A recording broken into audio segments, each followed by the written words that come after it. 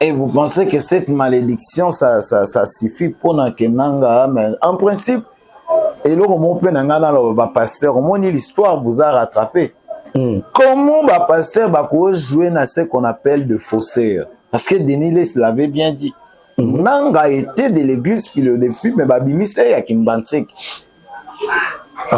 Non, ce n'est pas que non, Azalaki non dans l'église, Moko Benda et Kokoma na Philadelphie. Donc, ba fabriquer qui histoire pour kaka, ba mimaye et puis dossier n'est à la complet pour bandimaya comme président à Seigne. D'une manière frauduleuse. Denis Les l'avait dit. En tout cas, Moutazara contre un ça c'est qu'ils y amènent Andaza contre. Mais tala siko il on y hein et loko ibandi na Nzambe. Et souka rappel na Nzambe mais tala histoire beaucoup fabriqué mutuno azaki faussé mais je ne crois même pas qu'il était chrétien, ça n'est qu'à fabriquer pour un événement. Il n'était même pas chrétien. Mais c'est ça, mais tala action à présenter les lots, vous pensez qu'un chrétien peut agir de la sorte? Et avec les résultats. Mais il revient encore pour dire que oh non, c'était bongo qui n'a même pas une doctrine, qui n'a même pas une opposition. Il n'est pas chrétien. Il n'a pas une position. Non, la position. Il se contredit. Même Guerrero Abundaka a bit non objectif. Est-ce que vous pensez que Nanga, son objectif faisait quoi comme à Kinshasa a pouvoir? Nanga a fait la guerre pour ses propres. Peut-on dire que Nanga a utilisé utilisé comme une marionnette. Et lui, Nanga Kozala utilisé par Kagame et par Kabila. Oh, mais Kagame et Kabila. Et c'est le Romoko. Des pèses comme espion, Nanyo, comme Nani. Qui encore? Le gouverneur Nani, Ayakapo, soi-disant, Ayakanaï des pèses. Mais Azaki expionne les lois, l'Axi Bisalena. On peut perdre Bazasima, Guerrero. Kabila est derrière cette guerre. C'est leur façon, il y a un régime en place pour régime OEB incompétent, Batouba Inabango, et puis donc, mission à Bango Angwana. Et ça, vous te l'aurez aussi voilé, Bafasté, Pépère d'Azasima, guerre. Kabila ne sera peut-être aoutique à l'Anamboko d'une manière historique, mais pas avec des traces. Et puis, le Bango, les 17 mai, ils ont souffert. Les 17 mai, et entre Afdel et Elibiso CPP, Boti PPRD, Ake Boti ba haute autorité. Eza date moko et kotoko bosana ngote parce que eza entré à Rwanda na mboka na biso. Traditionnel, tu n'as fait que respecter la loi. Et puis par pression, sous pression. Alors, une telle personne, un tel monsieur, a comme un donneur de leçons. Peut-être qu'ils peuvent utiliser Bazouande Banzete pour manipuler Banzete. Mais soyez Zaka Batou. Kabil Moutaboaka grenade na kati église. Kabil Abouaka acrymogène na église Saint-Michel. Mais il ne faut pas dire Kabila, Zaki qui cause la répression. Sous commandement, mais c'est ça. Est-ce qu'il a dit que non, qu'il ne peut pas grenade? Donc, pour te dire que le PPRD n'a pas de leçons à nous donner dans ce pays. Il veut perdre en tout cas. Mais c'est un parti politique, tout ça la démocratie. Un parti qui fait alliance avec des criminels, des terroristes, les bandits pour tuer le peuple congolais. L'objectif d'un parti politique, c'est pas de prendre les armes. Nous avons vu Nani, secrétaire permanent à la Bango, qui était, ça n'engage pas le PPRD. Maintenant, le cadre du PPRD, Bango Karani va se retrouver dans le gouvernement en Nanga. Mais ça dit quelque chose. Si ça, les politiciens,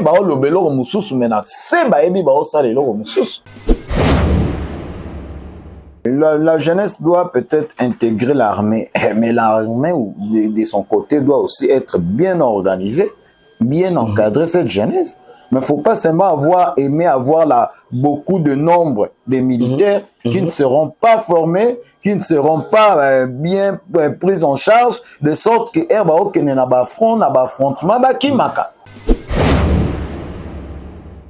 donc, ils ont prison, ils ont façon à rééduquer, parce que il y a un centre de rééducation. Les gens ont raté l'éducation, le roi décollage. Il faut rééduquer pour peut-être un modèle façon de revendre dans la société. Tolo babat lokola ndeko Mike Mukebai ba uti kozwa rééducation mais tomoni bango ba bimia wa yo na za koloba kité azo continuer na lutte to éviter lutte ya Mike Mukebai ko kozala nini est-ce que lutte na eti lelo aba koloba musala na Mukebai comment Mutoko se retrouver à 17 plaintes na parquet. Mukebai n'avait pas seulement de problèmes avec l'État congolais, Mukebai avait des problèmes même avec des particuliers, des individus. Bandenga au vivre. Malheureusement, au Congo, nous avons des honorables sans honneur. Des honorables sans honneur. Sans honneur par rapport à son comportement, avec des langages qui ne sont même pas honorables, des langages qui ne sont pas responsables, mais il s'est dit qu'il est honorable. Donc, tu vois, contradiction, si tu es honorable, tu as été élu, un assemblée pro. Comporte-toi aussi comme un honorable avec la respectabilité. Non, il y a un mode de vie pour mériter peu honorable. Pourquoi pas? C'est ça le souhait de tout le monde. Il faut pas la sanctionner, il faut pas la punir, c'est vraiment par la loi. Alors, voir aujourd'hui Rwanda à la CPI, est-ce possible? Mais est-ce que le Rwanda a signé la charte à CPI? Au cas où a signé, c'est que ça vaut la peine. C'est ça maintenant le problème. C'est ça le problème. Est-ce que le Rwanda a signé? Et Corneille Nanga aujourd'hui, parce que lui il est congolais. Nous on a signé. C'est ça. Nanga sera peut-être arrêté à la CPI et des Kabila et consorts. Pourquoi pas? Le CPI fait la voyez que l'histoire nous rattrape. Et il pensait qu'il devait amener Jean-Pierre Bemba. Aujourd'hui, na ebisio que Kabila déjà un pas à la CPI et Corneille Nanga 2 pas déjà à la CPI.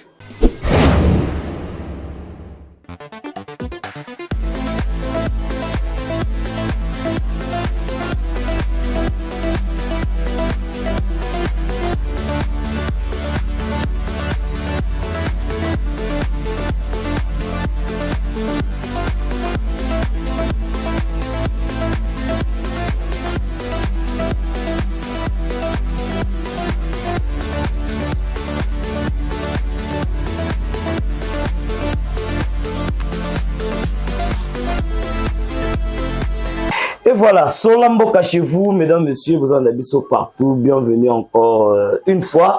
Na émission Nabino Solamboka, en tout cas, tu as Sola, Maïmata Limboka, tu as Sola, Nini Oeza Koutunisamboka, en tout cas, à travers cette émission. Merci, vous avez belé, connecté, branché.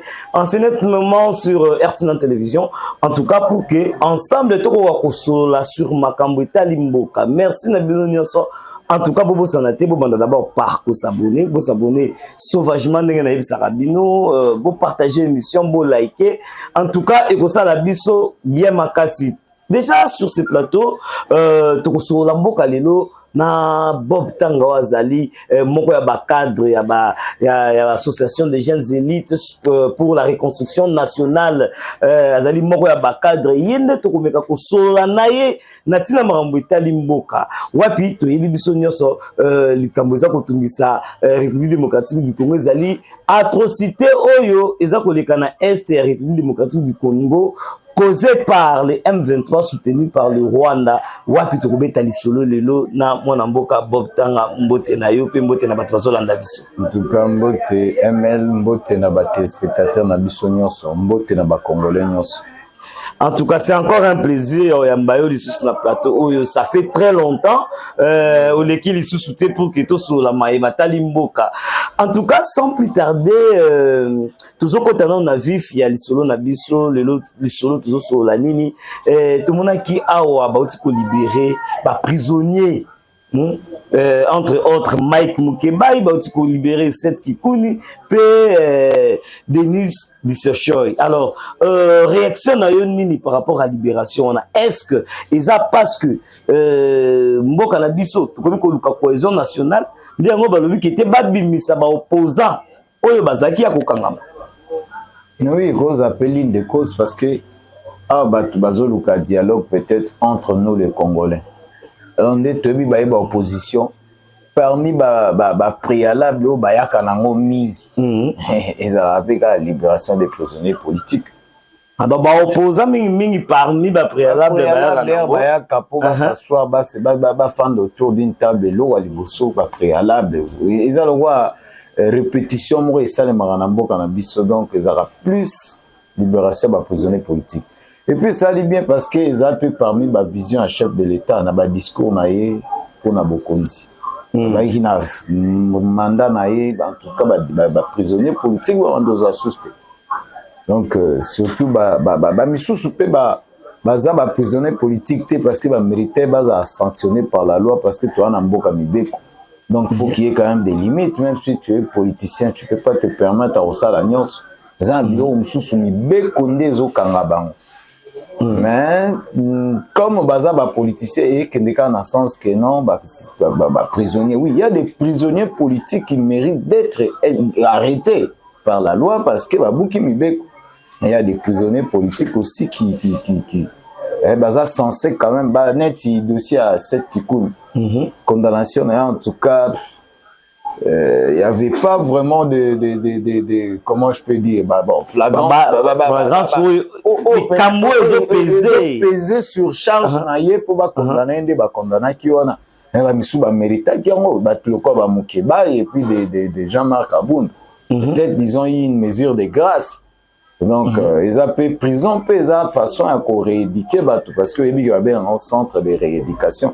Mais ça va rater l'éducation le roi décollage.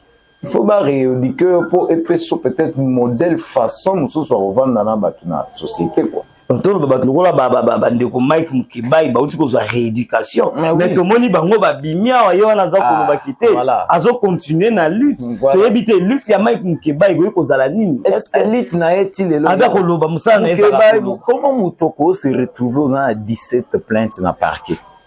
Mukibai n'avait pas seulement de problèmes avec l'État congolais. Mukibai avec des problèmes même avec des particuliers, des individus.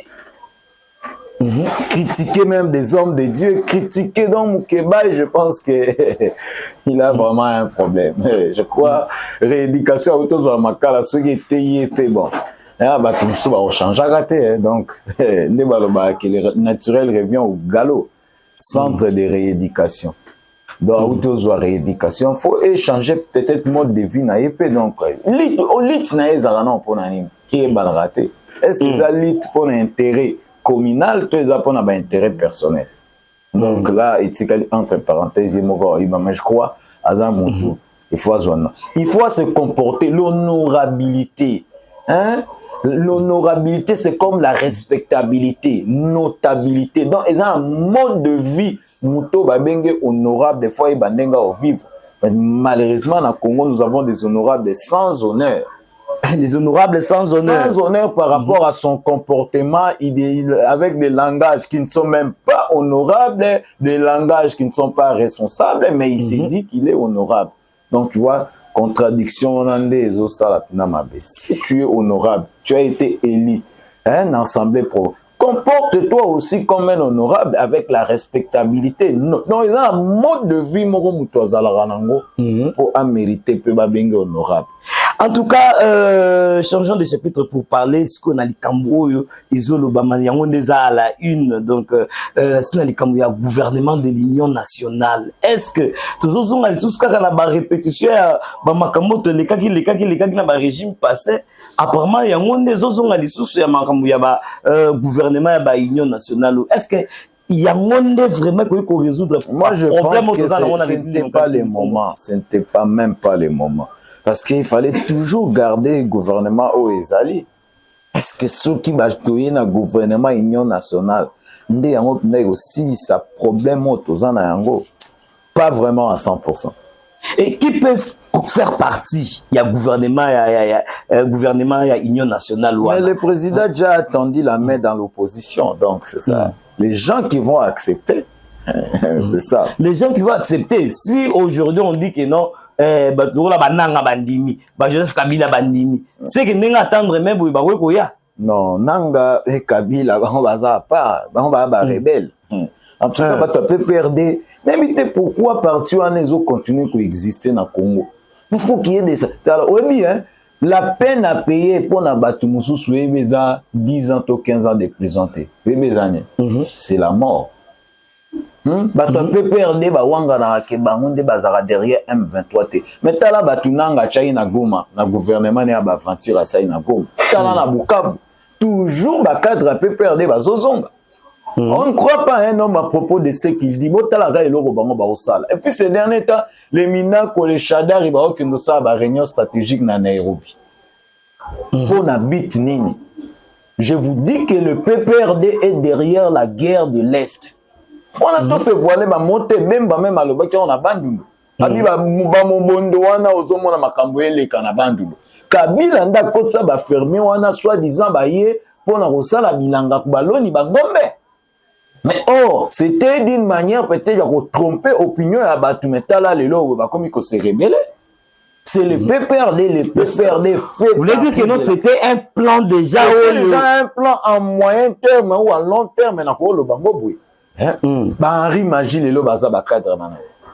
Et l'autre encore qu'on a nommé gouverneur Oazaki ayaka na IDPS comme espion nanyo comme nani qui encore le gouverneur nani ayaka pour soi-disant ayaka na IDPS mais azaki espion lelo alaxi bisalena non PPRD baza sima ya guerre Kabila est derrière cette guerre.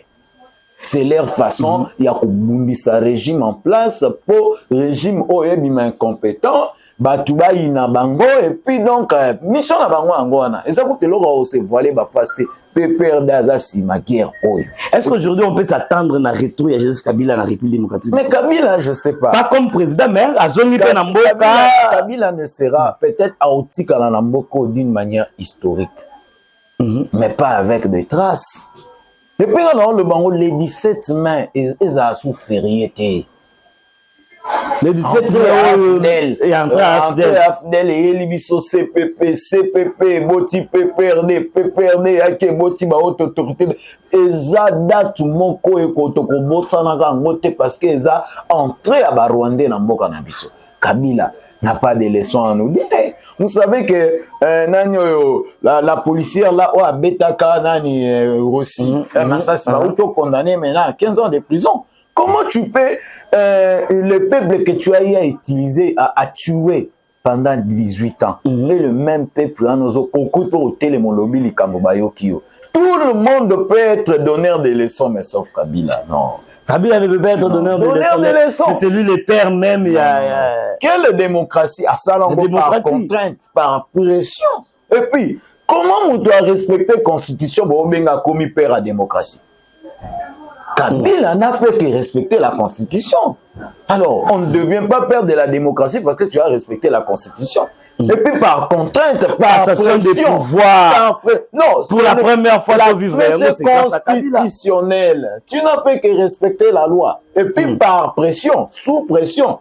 Alors, une telle personne, un tel monsieur, a comme un donneur de leçons. L'invité, peut-être qu'ils peuvent utiliser Bazouande Banzete pour manipuler Banzete. Mais soyez Zaka.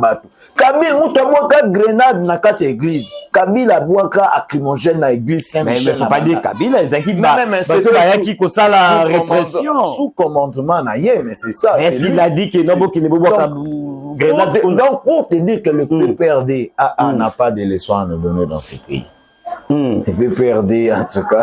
Mais c'est un parti politique, tout ça la démocratie. Un parti qui fait alliance avec des criminels, des terroristes, les bandits pour tuer le peuple congolais. L'objectif d'un parti politique, c'est pas de prendre les armes. Nous avons vu le permanent la Bango qui était, ça n'engage pas le PPRD. Maintenant le cadre du PPRD, Bango Karane va se retrouver dans le gouvernement en Angle. Mais ça dit quelque chose. Si ça, les politiciens, c'est parce que est-ce qu'ils pensent que même na Mindu Kinde Barozon a peine à Bokondisu Namboko? Le temps on est ici, les cas. Faut pas rêver.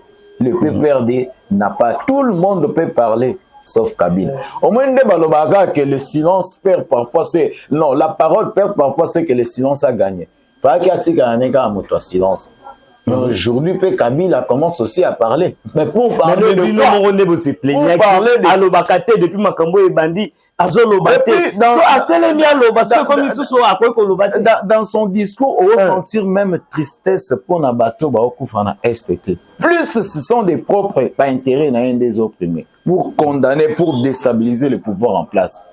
Kabila ne sera jamais un donneur de leçons dans ces pays. Est-ce que peut-on dire que non, les lots où il ma guerre na est comme ma Kassiti, comme ba Goma, ba Bukavu, c'est parce que Félix Tshisekedi a tellement qu'il Kambouya qui non d'office, de gré ou de force pour qu'il y ait une révision de la constitution. Vont-nous dire ça? Oui, l'une des causes aussi, et puis de deux, traîtres. Beaucoup de généraux et de militaires ça travaille à Kabila.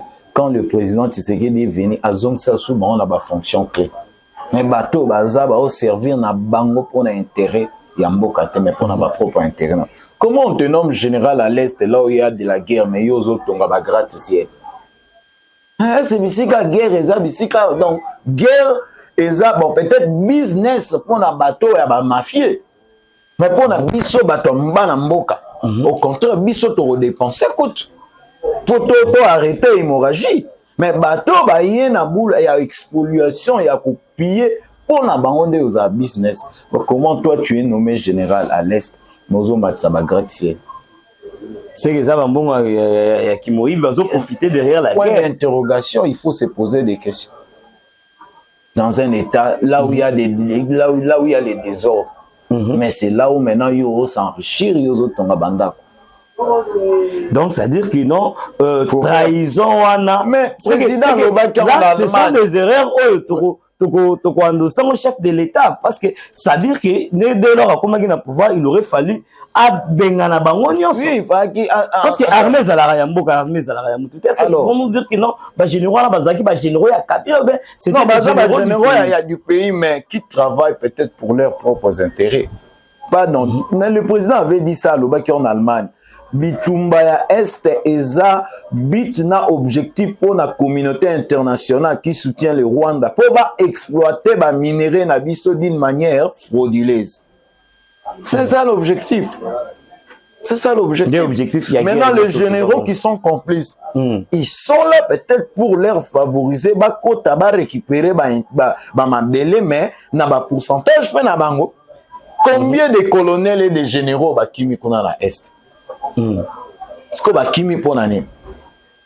Voilà, déjà tout le monde a sanctionné ça pour la Rwanda, tout le monde l'Allemagne encore une fois il suspendre le soutien financier nous ça ça pour la Rwanda accord il y a des minéraux avec les États-Unis pour corrompre tout le monde Belgique et suspendre un peu les sous en tout cas nous avons suivi il y a beaucoup de sanctions qui ne se font que se suivre à l'égard de Rwanda. Alors tu veux qu'on s'attendre nini dans les jours à venir à travers les sanctions de la communauté internationale? En tout cas moi je soutiens vraiment les sanctions mais et là on a que nous aimons des praticiens, pas des théoriciens. C'est du concret. Retomber à sanction, pas seulement avec des longs discours, pas seulement avec des discours machiavéliques. Retomber à la sanction, il faut tout palper en tout cas. Parce que si tu as palper déjà, mais tout le monde a retraité déjà M23. Mais n'est-ce pas que non, les M23, il faut. Mais oui, ça fait. Mais Kagame a s'entêter. Donc, le problème est ça, Kagame a s'entêter. Vous pensez que Kagame est plus fort que la communauté internationale? Kagame est plus fort que l'Allemagne? Kagame est plus fort que le Conseil national de sécurité? Nous devons palper, retomber à sanction, on a photo palper. Il faut concrétiser, là on va accepter. Mais si seulement comme des grands diseurs qui ne seront jamais des grands faiseurs, là on a mis photos dans la plan parce qu'on ne doit pas seulement croiser les bras. Hein. Croiser les bras, on attend, non, il y a beaucoup de retombées, il y a beaucoup de sanctions. Mais pendant ces moments, on a malgré les sanctions, on a progressé. C'est ça maintenant la distraction. Mais le qui était Kati suspendre. En principe, moi j'encourage peut-être l'intervention de Wazalendo. En tout cas, va défendre. Au moins, même meeting na bango qui est interrompu pour la bombe à Wazalendo. Mais bango bazolo qui était zaki bango moko. ils ont piégé seulement jouer na ironie. Non, je ne crois pas. C'était juste pour faire tuer la population. Faire tuer, mais comme je ne crois pas, ce sont les Ouazalendo. Les Ouazalendo voulaient leur montrer que vous n'avez pas encore, vous en avez contrôle, il y a Bukavu, vous en sortez.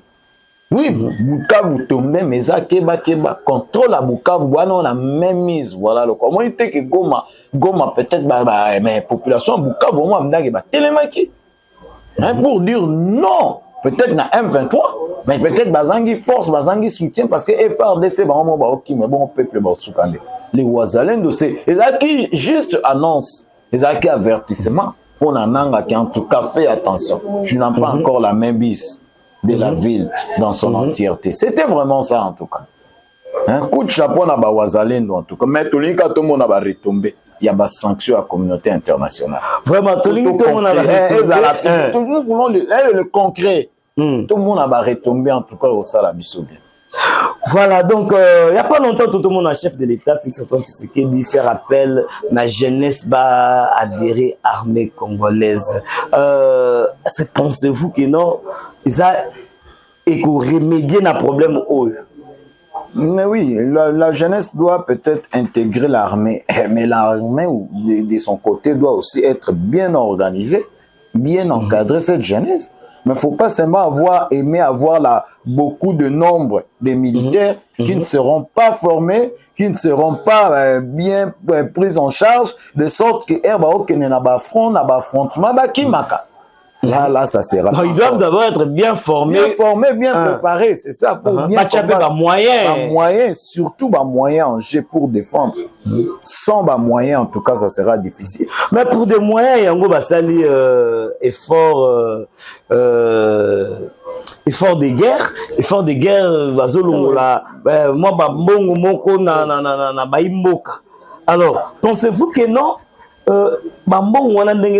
Parce que ça contre déjà c'est fungami pour un effort de guerre. Est-ce que traçabilité à Bambongo Ah, c'est ça maintenant le problème. Traçabilité, et puis c'est ça la traçabilité.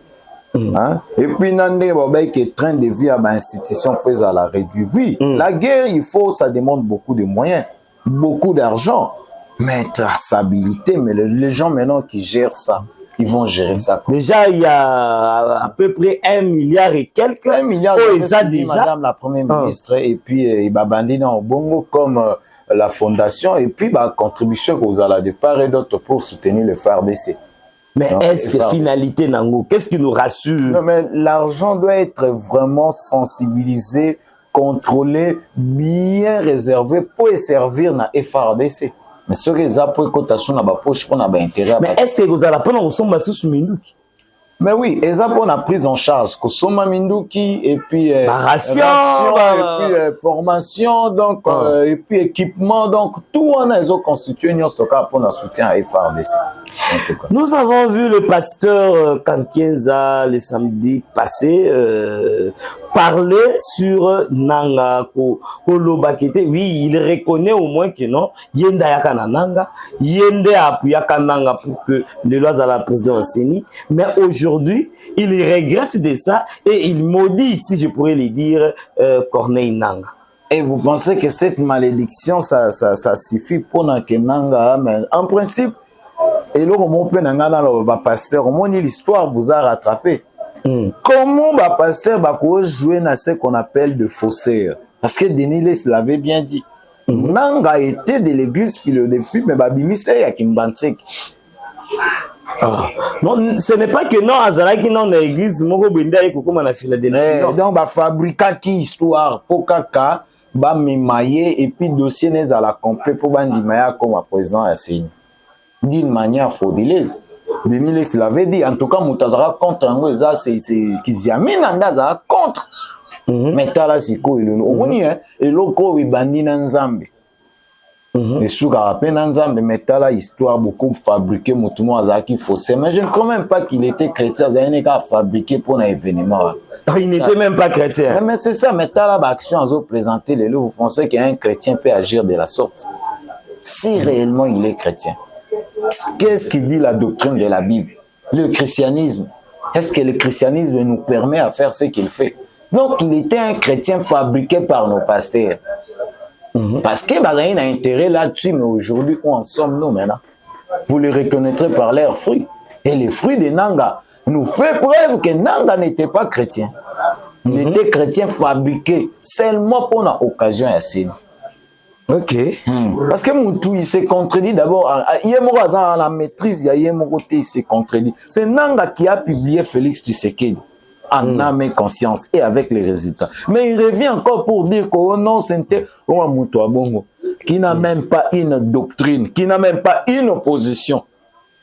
Il n'est pas chrétien. Il n'a pas une position. Nanga dans la position. Position. Il s'est contredit. Même Guerrero Abundaka a bit non objectif. Est-ce que vous pensez que Nanga, son objectif faisait quoi comme à Kinshasa a pouvoir? Nanga a fait la guerre pour ses propres. Peut-on dire que Nanga a utilisé utilisé comme une marionnette. Et lui Nanga a utilisé par Kagame et par Kabila. Oh mais Kagame et Kabila. Et c'est le moko. Kagame puis Kabila a appuyé à Kagame.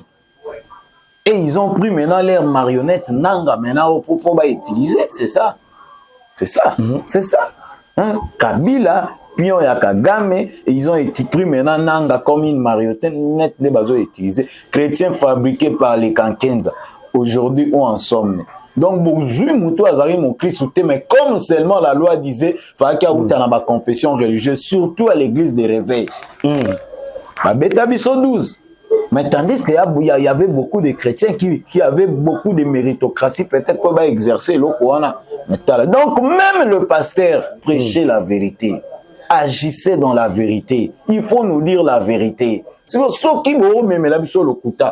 pour nous amener où? Au ciel ou bien en enfer? Regarde maintenant, l'histoire nous rattrape. Ta malédiction. Ah, mais quelle malédiction! Comment tu as fait? C'était un péché par préméditation. On a fabriqué. Comment un pasteur peut agir dans la fausseté? Un fausseur. Mais il s'est dit. Est-ce qu'il n'y a pas eu accord au Basala qui n'a ou soit il y avait des billets de banque? Il y avait des billets de banque et Tambolakis. Probablement. Donc c'était ça, ils qui plomb. Mais déjà, une faute avouée est à moitié pardonnée. Non, mais même Kakenza a avoué en côté. Mais après intervention à Denis. Non, Denis le Sinda Banda, non, comment il y a la vérité, il y a Nzamba Limbisa Bang. Les fautes na Bang. Donc, soit Denis le Sabim, ça a information à la tête, on a tout ce qu'à la pécade. Maintenant, des pasteurs qui vont ôter à bino vérité. Donc, au moins, quand la biso va trouver au Bundisa Congo, ils appellent à Bassane ensemble. Alors, si vous tous à Bassane ensemble, tu as de côté, parce que côté qu'on a aussi, où en sommes-nous avec la démarche il y a 5 ans? Bon, biso toi on a été laïque, na évité rôle y a église des feuilles bapé, rôle y a église dans l'état. C'est vrai que la religion marche de pair toujours avec la politique, mais église fait au milieu du village. Si maintenant une église est à côté peut-être de la majorité ou soit de l'opposition, là maintenant ça pose problème. Le rôle de l'église. Et là aujourd'hui, l'église est à côté, il y a opposition, il y a majorité. Non, l'église d'aujourd'hui c'est à côté. À côté de l'opposition. À côté, voilà. C'est à nous maintenant de répondre. Donc, téléspectateurs, on peut ça répondre. L'église au Congo n'est pas au milieu du village. Mais quelle église? L'église a toujours été. Parce que nous avons tous la laïque, donc c'est-à-dire les Cinco, la Cinco plutôt. Mais moi je te dis et puis nous avons les églises de réveil. Voilà, l'église de réveil, il y a une partie à côté du pouvoir et il y a une partie à côté de la majorité. C'est-à-dire, à s'entendre parler, c'est que tu vois qu'il était des réveils à côté à pouvoir, et puis catholique et à côté de l'opposition. 5 ans à protestant, alors maintenant le rôle doit être au milieu. Mais les églises aujourd'hui, c'est à côté soit du pouvoir, soit de l'opposition. Donc entre les églises, ils s'opposent aussi entre eux-mêmes. Pour ce monde. ozomona ke nzambe fo asungaka mboka na biso. Nzambe fo asunga mboka na biso. Nous avons reçu pour vous, c'était Bob Tanga, wazali moko ya ba cadre ya association de jeunes élites pour la reconstruction nationale. Alors pour citer mané mais tout le monde qui est déjà na super émission la biso Bob Tanga, tout le monde a tout qui moi ba murmure par rapport à la réaction il y a président il y a notre pays voisin la République du Congo, donc le communément Congo-Brazzaville, oui. Par rapport à la sortie médiatique, ça vaut la peine peut-être pour la sanction pour le Rwanda. Alors, que pensez-vous réellement? Qu'est-ce qui peut être caché derrière ma propos au président? Mais Sassou ne pourra prendre que la part des Français, parce que on a bango en tout cas. Je pourrais dire même en Afrique centrale, les Congo-Brazza, c'est parmi les cartes qu'utilise la République française. Donc ça ne peut être que derrière le français la communauté internationale. Même s'il pourrait être contre ce que le Rwanda, ils ont ça dans l'Est, mais ce qui est, père nae bazo obligé à à côté. Mais tout le monde père nae condamné. Oui, mais ils ont donné des sanctions. Ils ont donné des sanctions, mais nous attendons maintenant la concrétisation. Retomber en tout cas là, on va acclamer. Mais si c'est seulement comme avec des discours machiavéliques et après tous on na même situation, en tout cas tout le monde a que ça n'importe quoi. Tout le monde a visite, il y a procureur, il y a CPI na Kinshasa et puis à Outou ça la paix Tourti ba côté à Est. Alors pouvons-nous s'attendre aujourd'hui voir quelques têtes criminels ou tout ça monde à la CPI? Pourquoi pas? C'est ça le souhait de tout le monde. Il faut pas la sanctionner, il faut pas la punir sévèrement par la loi. Alors voir aujourd'hui Rwanda à la CPI, est-ce possible? Mais est-ce que le Rwanda a signé la charte à ces pays? Au cas où a signé, c'est que ça vaut la peine. C'est ça maintenant le problème. C'est ça le problème. Est-ce que le Rwanda a signé? Et Corneille Nanga aujourd'hui, parce que lui il est congolais. Nous on a signé. C'est ça. Nanga sera peut-être arrêté par la CPI et des Kabila et consorts. Pourquoi pas? Dans ce pays, il fait la voyez que l'histoire nous rattrape et il pensait qu'il devait amener Jean-Pierre Bemba. Aujourd'hui, na ebisio ki Kabila déjà un pas à la CPI et Corneille Nanga 2 pas déjà à la CPI. Qui tue par l'épée périra aussi par l'épée. En tout cas, comme ça a été, peut-être pour Nabatumsunde Bango peut perdre, il faut sanctionner sévèrement par la CPI. Aujourd'hui, Jean-Pierre Bemba, à l'attente, il y a gouvernement, il y a union nationale. Comment on a la source dans le ministère, il y a défense. Mais au moins, moi, je pense même pourquoi Jean-Pierre Bemba na défense. Parce que Bemba sengara bango CV na bango yaka na CV bandar me wapi. Okota na neni na oza unité nini. En tout cas, faut identifier ba militaire. Parce que armée à mboka na biso ya lelo na biso ba bieza. Comment muto ako comme général na âge à 23 ans? Bandaka armée na 6 ans, na 4 ans. Donc ba anti valeur ba bieza trop. Il faut identifier tous les militaires.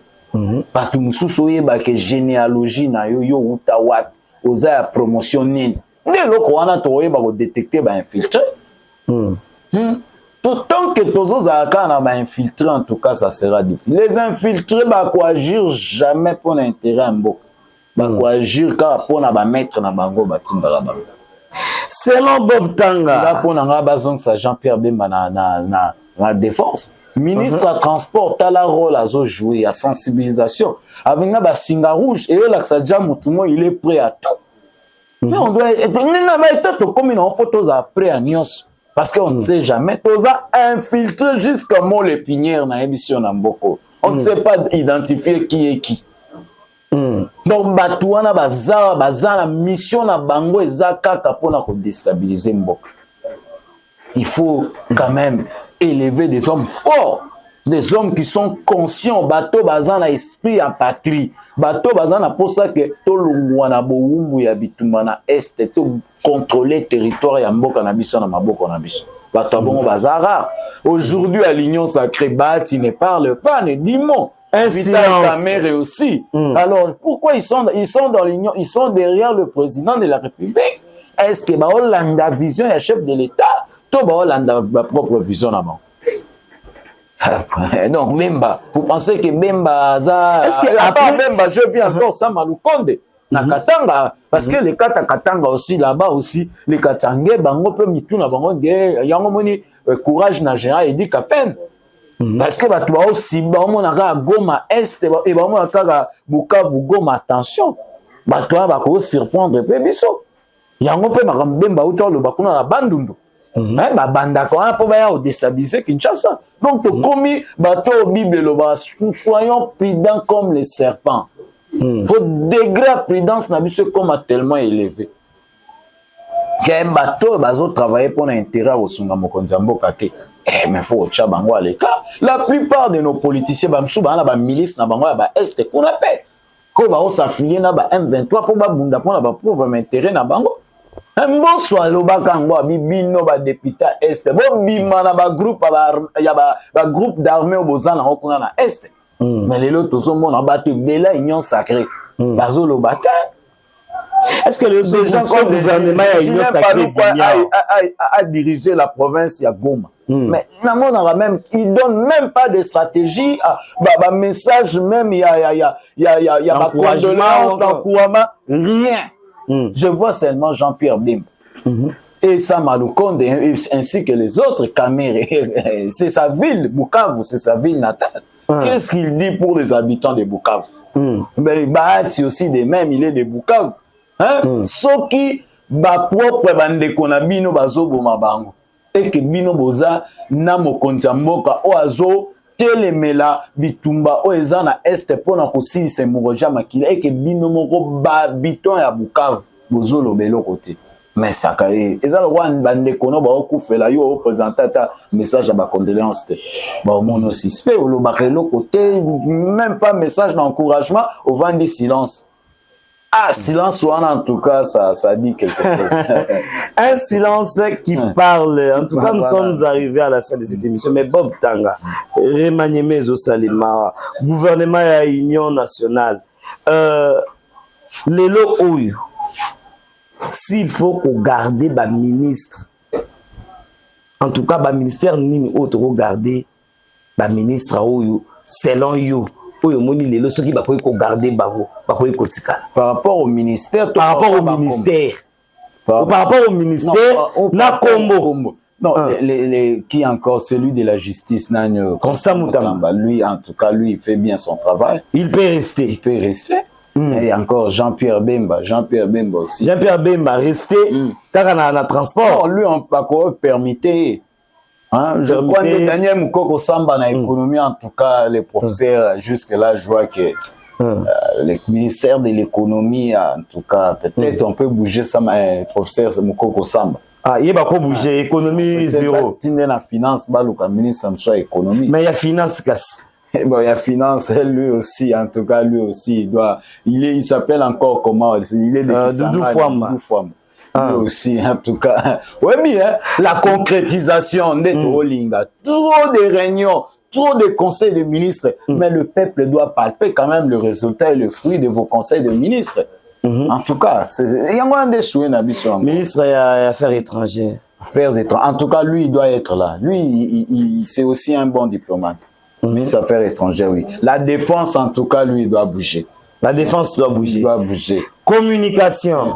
Patrick Mouya, lui on peut le permettre en tout cas. Émission est signée, mesdames et messieurs, nous sommes arrivés à la fin de cette émission. Et puis à sport, je crois qu'en tout cas, Didier Boudimbo, lui aussi il doit fournir beaucoup d'efforts en tout cas. S'il y aura Samadé, il peut rester. Non, ce n'est pas Samadé. Non, qui est Soumine.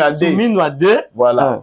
Donc, on peut encore garder Didier Boudimbo. Mais au cas où peut-être que Bana Simouine a 3 ans, Didier Boudimbo soit fourni par effort, que Bana les cas. Donc, ils ont envisagé déjà Soumine à 3.